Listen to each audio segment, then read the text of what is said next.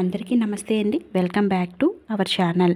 ఈరోజు వీడియోలో మనకి రేపు 3వ తేదీన అంటే మార్చి 3, 2025 సోమవారం రోజున పుత్ర గణపతి వ్రతం ఉందండి. ఈ వ్రతం చాలా ముఖ్యమైన వ్రతంగా చెప్పుకోవచ్చు. కనీసం మీరు ఇంతలా పూజ చేయకపోయినా గుడికి వెళ్ళి స్వామివారిని దర్శించుకున్నా చాలా మంచిదండి. మన అందరి జీవితాలు కూడా పిల్లలపైన ఉంటాయి. ఎందుకంటే అందరికీ కూడా పిల్లలు సంతానం అంటే అంత ఇష్టము. సంతానం కోసము, అదేవిధంగా సంతానం లేనివారు పుత్ర సంతానం కోసం ముఖ్యంగా, లేదు ఏ సంతానమైనా పర్వాలేదు అనుకునే వాళ్ళు సంతానం కోసము ఈ పూజనైతే చేస్తారండి. చాలా రోజుల నుంచి మాకు సంతానం లేదు అని బాధపడే భార్యాభర్తలు ఎవరైనా సరే ఈ వ్రతాన్ని ఆచరించవచ్చు. దీనికి ఆనవాయితీ అంటూ ఏమీ ఉండదండి. భార్యాభర్తలు ఇరువురు కలిసి ఈ పూజనైతే చేయవలసి ఉంటుంది. నిజంగా మన కోరిక అయితే తీరుతుందా లేదా, ఏ సమయంలో పూజ చేయాలి, అదేవిధంగా ఎన్ని రోజులు పూజ చేయాలి, ముడుపు కట్టాలా ఖచ్చితంగా అన్నీ కూడా వివరంగా అయితే మనం ఈ వీడియోలో అయితే తెలుసుకుందామండి. పూజ విధానం కూడా తెలుసుకుందాము. అయితే ముందుగా అయితే మనం పుత్ర గణపతి వ్రతం అన్నది మనకి సోమవారం 3వ తేదీన వచ్చింది కదా. ఈ పూజను సాయంత్రం సమయంలోనే చేసుకోవాలి. ఖచ్చితంగా సాయంత్రం సమయంలోనే చేసుకోవాలి. ఒకవేళ భర్త డ్యూటీకి వెళ్ళిన భార్యకి అనువైతే తప్పకుండా భార్య ఒక్కలైనా సరే చేసుకోవచ్చండి. ఈ పూజలో తప్పకుండా ఉపవాసం అనేది ఉండాలి. ఎందుకంటే మనం సంతాన భాగ్యం కోసం ఈ పూజ చేస్తాము. ముఖ్యంగా చాలామంది సంతానం ఉన్నా సరే పుత్ర సంతానం కోరుకుంటూ ఉంటారు. అందువల్ల పుత్ర సంతానం కోసం కూడా ఈ పూజను చేయొచ్చు. నార్మల్గా ఏ పిల్లలైనా పర్వాలేదు అనుకునే వాళ్ళు చేసుకోవచ్చు. సంతాన అభివృద్ధి కోసం అంటే సంతానం మంచిగా ఉండడం కోసం వారి యోగక్షేమాలు కోరుకునే తల్లిదండ్రులందరూ కూడా ఈ పూజను చేసుకోవచ్చు. అయితే ఈ పూజలో ముందుగా మనం ఉదయం స్నానం చేసుకొని చక్కగా స్వామివారికి సంకల్పించుకోవాలండి. ముడుపు కూడా కట్టుకోవచ్చు. ముడుపు అన్నది మనం ఒక భాగం ఏంటి అంటే మనం దేవుణ్ణి ఆరాధించే ముందు మనం ఇలా ముడుపు కట్టుకొని స్వామివారిని ఆరాధించడం వల్ల మన ధ్యానం అంతా స్వామివారి పైనే ఉంటుంది. ఖచ్చితంగా మన కోరిక తీరుతుంది అనే ఉద్దేశంతో, మనకి నమ్మకంతో మనం ముడుపు కడుతూ ఉంటామన్నమాట. అలా ముడుపు కట్టుకొని మనం సంకష్టహార చతుర్థి ముడుపు ఎలా కడతామో అలా ముడుపు కట్టుకొని ఉదయం దేవుడి మందిరంలో పెట్టి ఆ ముడుపును పెట్టి సాయంత్రం పూజ చేసుకోవచ్చు. ఇంటిని ముందు రోజు శుభ్రం చేసుకోవాలండి. శుభ్రం చేసుకొని చక్కగా ముడుపు కట్టి 3 గుప్పెళ్ళ బియ్యము మనకి అందుబాటులో ఉన్నవి ఏవైనా వేసుకోవచ్చండి. తర్వాత పసుపు కొమ్ములు ఒక 2 గుండు వక్కలు, ఒక 2 ఖర్జూరాలు, డబ్బులు చిల్లర నాణాలు 11 రూపాయల నుంచి మీ ఇష్టం అనమాట. 501 రూపాయి వరకు ఎన్నైనా బేస సంఖ్యలో డబ్బులు అయితే పెట్టుకోవచ్చు. పెట్టుకొని చక్కగా ముడుపుని కట్టుకోవాలి. ఈ ముడుపుని లాస్ట్లో ఏం చేయాలండి అంటే ఇదంతా కూడా దేవుడి హుండీలో వేసుకోవచ్చండి. లేదు అంటే బియ్యంతో ప్రసాదం చేసి స్వామివారికి పెట్టి డబ్బులు మాత్రం మన కోరిక తీరిన తర్వాత వినాయకునికి హుండీలో వేసుకోవాలి. ఇలా చేసుకోవాలన్నమాట. అయితే ఈ ముడుపుని కట్టి పెట్టుకోవాలి. అయితే ఇక్కడ మనం ఒకటి ఉండాలండి. ఏంటి అంటే గణపతి విగ్రహం. గణపతి విగ్రహమే ఉండాలి అని లేదండి. మనకి శ్వేతార్క గణపతి కానీ, మట్టి వినాయకుడు కానీ, లేదా మనకి పసుపుతో చేసిన గణపతిని కానీ, లేదా ఫోటో కానీ ఏది ఉన్నా సరే మనం విఘ్నేశ్వరుని ఆరాధించుకోవచ్చు. అయితే పార్వతీదేవితో సమేతంగా ఉన్న గణపతి ఫోటోని అంటే శివ కుటుంబం ఫోటోని పెట్టి పూజ చేస్తే చాలా మంచిది. ఎందుకంటే గౌరీ వినాయకుడిని ఈరోజు పూజ చేస్తారు. ఎందుకంటే గౌరీ అమ్మను పూజ చేస్తే వినాయకునికి చాలా ఇష్టం అన్నమాట. గౌరీదేవికి సంతానం అసలు వినాయకుడు లేడు అనుకున్న వాళ్ళకి శివుడు సంహరిస్తారు కదండి. అయినా సరే గజముఖాన్ని పెట్టుకొని స్వామివారిని మళ్ళీ బతికారు కదా. అందువల్ల గౌరీదేవిని కూడా ఈరోజు అయితే చక్కగా ఆరాధిస్తారనమాట. గౌరీ అమ్మను వినాయకుడిని కూడా పెట్టి చక్కగా పూజ అయితే చేసుకోవచ్చు. అయితే ఒకవేళ ఈ పూజ చెయ్యలేము ఎప్పుడు ఈరోజు అంటే కుదరదు కదండి. కొంతమంది ఆడవాళ్ళకి కుదరదు కదా ఈ సమయంలో.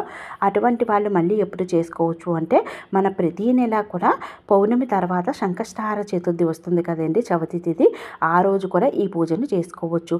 ఇన్ని నెలలు అని ఖచ్చితంగా మనం ఇన్ని నెలలు అంటే సంవత్సరం కొంతమంది చేస్తారండి. కొంతమంది 5 నెలలు, కొంతమంది 7 నెలలు, కొంతమంది 9 నెలలు. ఇన్ని నెలలు అనుకొని చేసుకుంటే చాలా మంచిదండి. ఖచ్చితంగా సంతానాన్ని స్వామివారు అనుగ్రహిస్తారు. మనం ఏ కోరికైనా సరే తొలిగా విఘ్నేశ్వరుని ఆరాధిస్తాము. అటువంటి విఘ్నేశ్వరునికి చక్కగా మనం వినాయక చవితి పూజ ఎలా చేస్తామో అంత చక్కగా అన్ని పద్ధతులు సమర్పించుకోవచ్చు. ఎరుపు రంగు పుష్పాలు, జిల్లేడు పుష్పాలు, గరికతో ఇలా మనకి అనువైన వాటితో చక్కగా స్వామివారిని పూజ చేసుకోవచ్చు. అయితే మన ధ్యాస మాత్రం భగవంతుని పైన ఉంచాలండి. ఈ రోజంతా కూడా చక్కగా ఉపవాసం ఉండాలి. కటిక ఉపవాసం అవసరం లేదండి. పళ్ళు పండ్ల రసాలు ఏమైనా పాలు ఇటువంటివి తీసుకొని చక్కగా ఉపవాసం ఉండండి. సాయంత్రం చక్కగా పూజ చేసుకొని ఆ స్వామివారికి మంచిగా మీకు అందుబాటులో ఉన్న వాటితో చక్కగా పూజ చేసుకొని మనస్ఫూర్తిగా చంద్రునికి అర్ఘ్యం సమర్పిస్తే సమర్పించండి. లేదా చంద్రునికి అర్ఘ్యం సమర్పించకపోయినా చంద్ర దర్శనం చేసుకొని ఏదైనా స్వీకరించవచ్చు. ఈరోజు ఖచ్చితంగా ఇది వ్రతంతో సమానము. బ్రహ్మచర్యం పాటించాలి. నాన్ వెజ్ తినకూడదండి. వీలైతే నేలపైన పడుకోవడానికి చూడండి. లేదు హెల్త్ రీత్యా బాగాలేదు అనుకునే వాళ్ళు మంచం మీద కూడా పడుకోవచ్చు, నిద్రించవచ్చు. ఈరోజు ఖచ్చితంగా ముడుపు కట్టాలి అని ఏమీ లేదండి. మన పూజ అంటే మనం పూజ చేసేటప్పుడు స్వామి పైన మన దృష్టి ఉండాలి, మనం ఇలా సంకల్పించుకుంటే ఉంటుందన్నమాట. అందువల్ల మనం ముడుపు అయితే కడతాము. అదేవిధంగా మనం ఇవన్నీ కూడా అంటే గరికి లేదు అని, పూలు లేవు అని పూజను చేయడం మానేసే కన్నా ఏవి ఉంటే వాటితోనే, ఏవి లేకపోతే ఎర్రని అక్షింతాలు చేసుకొని స్వామివారికి చక్కగా పూజనైతే చేసుకోండి. నైవేద్యానికి వచ్చేసరికి బెల్లము, అటుకులను నివేదించవచ్చు, పండ్లను నివేదించవచ్చు. అదేవిధంగా బెల్లాన్ని, కుడుమలను మీకు వీలైన వాటిని, గణపతికి ఇష్టమైన వాటిని అంటే వినాయక చవితి రోజు సమర్పించే వాటిలో వేటినైనా సరే స్వామివారికి నివేదించవచ్చు. స్వామివారిని శ్వేతార్క గణపతిని, పసుపు గణపతిని, మట్టి గణపతిని ఏ విగ్రహాన్నైనా పెట్టుకుని పూజ చేసుకోవచ్చు. లేదండి మేము పూజ ఒకే రోజు చేద్దాం అనుకుంటున్నాము, నెల చెయ్యలేము అనుకునే వాళ్ళు చక్కగా మనం పుష్యమాసంలోని మనకి ఒక ఏకాదశి, పుత్రద ఏకాదశి వస్తుందండి. ఆ రోజు చేసుకోవచ్చు ఇదే వ్రతాన్ని. లేదా అంటే మనకి శ్రావణ మాసం, రాబోయే శ్రావణ మాసంలో కూడా వస్తుందండి. ఆ ఏకాదశి రోజు కూడా ఈ వ్రతాన్ని ఆచరించవచ్చు. ఈ పూజను పిల్లల చదువుల నిమిత్తం కూడా చేసుకోవచ్చండి. చక్కగా పిల్లలు మంచిగా చదువుకోవాలి, మంచిగా వాళ్ళు సెటిల్ అవ్వాలి అనుకునే వాళ్ళు కూడా ఈ పూజను చక్కగా చేసుకోవచ్చు. చెప్పాను కదా, సంతాన అభివృద్ధి కోసం కూడా ఈ పూజనైతే ఆచరించవచ్చు. స్వామివారికి ఇష్టమైన పత్రులు, గరికి, అదేవిధంగా తెల్ల జిల్లేడు పుష్పాలు అన్నీ కూడా సమర్పించి పూజనైతే చక్కగా చేసుకోండి. మరియు ఈ పూజ మనకి సోమవారం 3వ తేదీ సోమవారం వచ్చింది కదండి. మరుసటి రోజు మంగళవారం మనం సాయంత్రం పూజ చేస్తాము.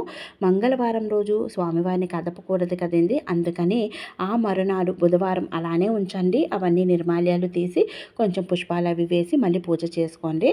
మళ్ళీ బుధవారం రోజు చక్కగా ఉదయాన్నే పూజ చేసుకొని సింపుల్గా స్వామివారికి చక్కగా ఉద్వాసన అయితే చెప్పి వచ్చండి. అయితే ఈ పుత్రగణపతి వ్రతాన్ని ఎవరైతే ఆచరిస్తారో నెల వాళ్ళు చివరి నెలలో మాత్రం ఉద్వాసన చేయవలసి ఉంటుందండి. ఎవరైనా పిల్లలకి ఏదైనా దానం చేయడం కానీ, లేదా ఏమైనా పిల్లలకి భోజనం పెట్టడం కానీ ఇటువంటివి చేస్తే ఇంకా మంచి ప్రతిఫలం అయితే కలుగుతుందండి.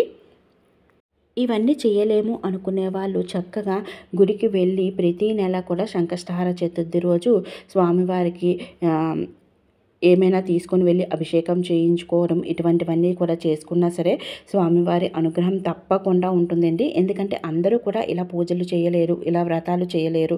కొంతమందికి అవుతుంది, కొంతమందికి అవ్వదు. అటువంటి వాళ్ళు చేసుకోవచ్చు. సాయంత్రం చేయలేని వాళ్ళు ఉదయం కూడా చక్కగా పూజ చేసుకోండి. భక్తి శ్రద్ధలతో మనం ఏమి చేసినా సరే ఆ భగవంతుని ఆశీస్సులు తప్పకుండా ఉంటుందండి. ఎవరిని ఏమీ అనకుండా మన మార్గంలో మనం ఉండి అంతా మంచిగా ఉంటే మనకి కూడా చక్కగా ఆ భగవంతుని ఆశీస్సులు కలుగుతాయి. మీకు ఈ వీడియో నచ్చిందని అనుకుంటున్నానండి. ఇంకా ఏమైనా సందేహాలు ఉంటే తప్పకుండా నాకు కామెంట్ చేసి అడిగితే వెంటనే రిప్లై అయితే ఇస్తానండి. అయితే మనకి సోమవారం పూజ చేశాక మంగళవారం కదపకూడదు అన్నాను కదండి. బుధవారం రోజు ఇవన్నీ కూడా మళ్ళీ పూజ చేసుకొని చక్కగా ఇవన్నీ కూడా కదిపేసి మనం చక్కగా హుండీలో ఆ డబ్బులు వేసేసి నిర్మాల్యాలన్నీ కూడా ఎక్కడైనా ఎవరు తొక్కని ప్రదేశంలో వేసేసి ఆ బియ్యంతో ప్రసాదం చేసి మళ్ళీ స్వామివారికి పెట్టి మనందరం కూడా ఇంట్లో అందరూ కూడా స్వీకరించవచ్చు. మీకు మీ కుటుంబ సభ్యులకు అందరికీ కూడా ఆ గణనాథుని ఆశీస్సులు ఉండాలి అని మనస్ఫూర్తిగా కోరుకుంటున్నానండి. మరొక చక్కటి వీడియోతో మళ్ళీ కలుద్దాము. వీడియో నచ్చినట్టయితే తప్పకుండా మన ఛానల్ సబ్స్క్రైబ్ చేసుకొని ఒకే ఒక లైక్ ఇవ్వండి. మరిన్ని ఇటువంటి డివోషనల్ ఇన్ఫర్మేషన్ కోసం. Thanks for watching this video.